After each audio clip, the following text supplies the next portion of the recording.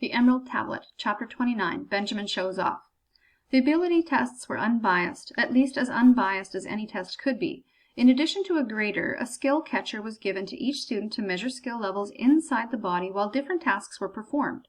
Benjamin had no idea how this was done, and even after Jack had tried to explain how electrical currents were measured or something, it still didn't make much sense. To prevent cheating, no telemagnifiers of any type were allowed while testing was going on. Homeroom teachers collected all the telemagnifiers the students had acquired over the summer. It seemed like everyone had at least one. Heidi had given her moonstone ring over to Proteus Ajax, and Iva had also turned in her Amylite pendant. The collection of the telemagnifiers posed a problem for Benjamin. The first two keys of Shambhala were powerful telemagnifiers that would have been obvious to a rock wall. He wasn't about to place them in some bin and hand them over to Proteus Ajax, so when Proteus had come around the room with a large basket asking for all telemagnifiers to be put inside it, Benjamin obviously didn't put the keys in. This seemed like an easy enough solution until Jack had told him there would be telepathic screeners in place to ensure that no one snuck telemagnifiers into the rooms. If this were really true, Benjamin wouldn't be able to keep the keys in his pocket during his ability tests. After the dorm room ransacking a week earlier, leaving the keys in the room wasn't an option. The guardian knew he had them and was trying to get them. And having Gary, Andy, Heidi, and Iva hold them while he tested wasn't an option either. Their testing schedules didn't leave enough time for the keys to be exchanged. Benjamin considered finding a good hiding place somewhere in the school and leaving the keys there, but Iva's words of doom canceled out this idea. She pointed out, validly of course, that if she were able to find objects hidden around the school, then someone else would be able to do the same. The more Benjamin thought about it, the more he figured he might just have to skip all his exams. Finally, it was Jack, the Nautical, who came up with a solution. Besides the members of the Alliance, the only person Benjamin had come to know and trust above all others was a small green man, if he could be considered a person. "Why don't you let me take care of the keys for you while you're in the tests?" Jack asked Benjamin the day before the exams were supposed to start.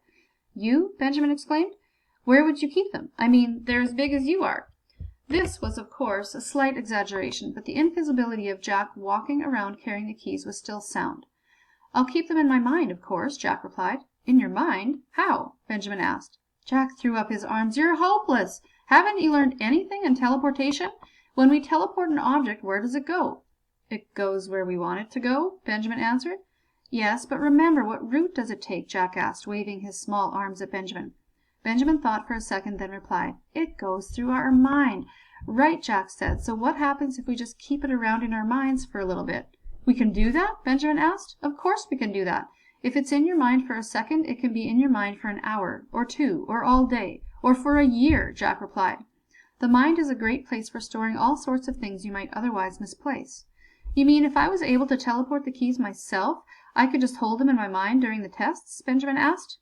"Theoretically, yes," Jack replied, "but it might fill your mind and make you do not very well on your ability tests.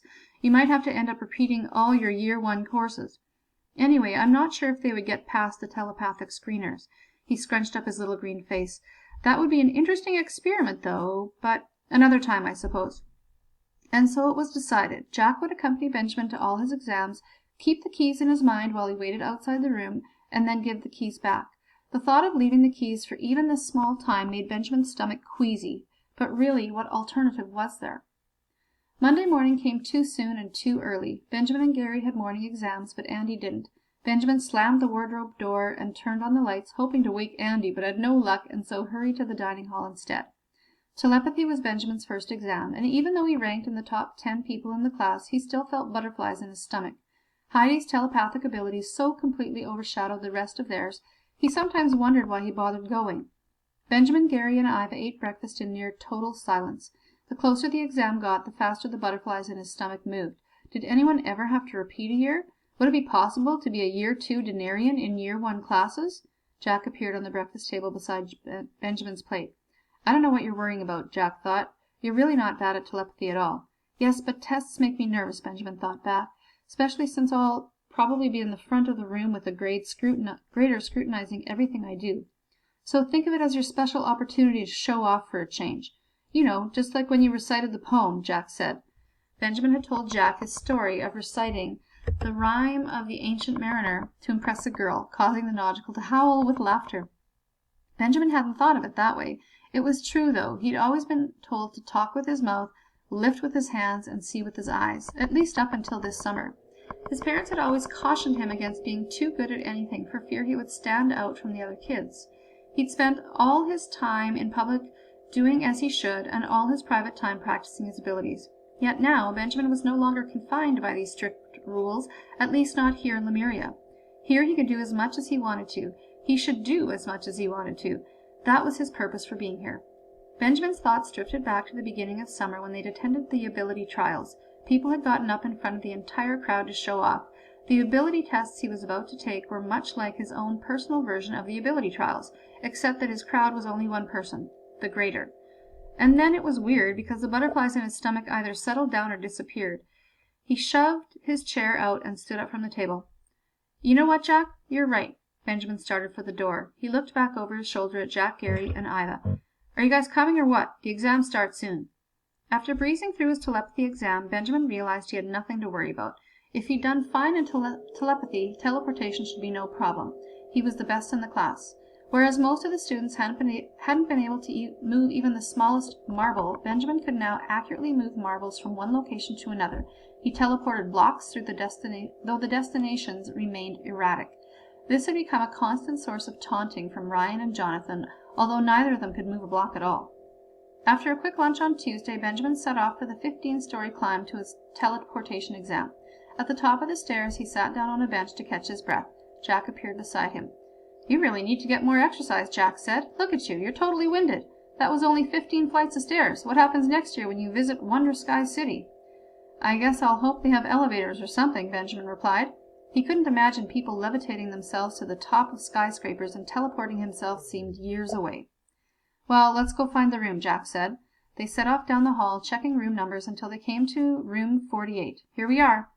"Okay, you can take," Benjamin started, but stopped when he felt the weight of the keys disappear from his pockets. "I guess you just did."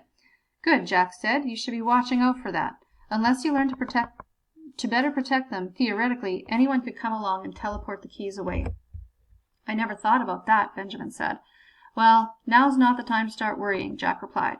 There were actually times during the 2 hours teleportation test when Benjamin thought he might fall asleep. It was way more theoretical than he could have ever imagined. All the formulas Asia had been going over all summer were reviewed.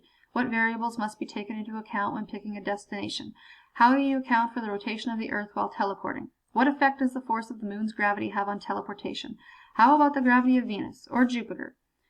Benjamin began to think the entire exam would be nothing but written questions. It was only in the last 10 minutes of the exam that the grader actually asked Benjamin to try to teleport anything.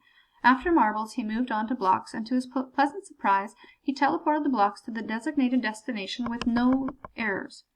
He was so elated with his success he wasn't even fazed when the grader asked him to teleport a mouse. And so he did.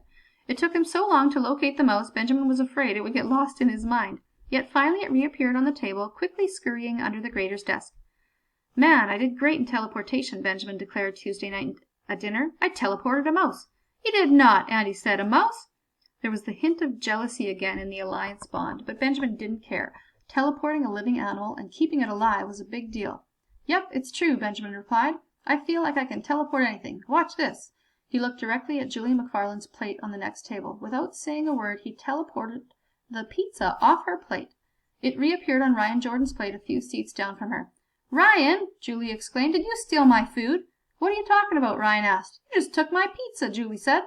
Ryan looked down at his plate, now containing 2 pieces of pizza. "I swear it wasn't me." "That's actually pretty impressive, Benjamin," Heidi said. Sunita reached over and grabbed the pizza off the plate, putting it back on Julie's plate. Andy, Benjamin, and Gary busted out laughing. "Did you do that, Benjamin?" Ryan called over, apparently noticing them laughing. "What are you talking about?" Benjamin replied. Ryan only responded with a dirty look which Jonathan mirrored.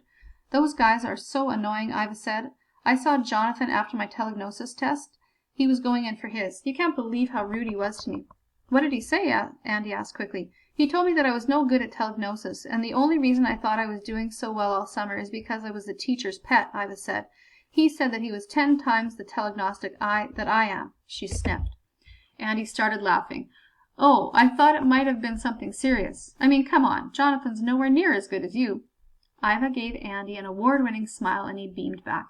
"You really think I'm better?" she asked. "There's no doubt," Andy replied. "Actually, if you factor in that that Jonathan's a guy, it does make his telegnosis abilities pretty impressive," Garry said. Iva glared at Garry. "Well, he's still a total jerk," she said. "I wonder how he did on his exam." "How'd you do?" Addie asked. "I think I did rather well," Iva replied. "The grader was highly impressed. In fact, she said that she would be checking in on my progress over the next few years."